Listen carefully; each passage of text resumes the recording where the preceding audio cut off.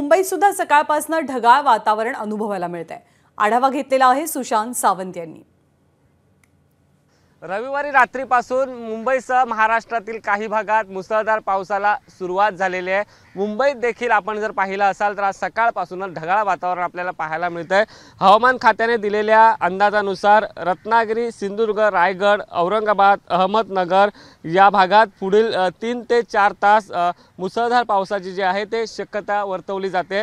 राज्यातील कोकण किनारपट्टीसह उत्तर महाराष्ट्रात मुसळधार पाऊस पडू शकतो असा अंदाज हवामान खात्याने दिलेला आहे। आणि जे जिल्हे आहेत त्यामध्ये रत्नागिरी, सिंधुदुर्ग, रायगड, औरंगाबाद, अहमदनगर, बीड आणि उस्मानाबाद या भागात पुढचे 3 ते 4 तास मुसळधार पाऊस पडू शकतो असा अंदाज जो आहे तो हवामान खात्याने व्यक्त केला आहे। कॅमेरा पर्सन अरविंद वारगेसह सुशांत सावंत, एबीपी माझा, मुंबई। एबीपी माझा, उघडा डोळे बघा नीट।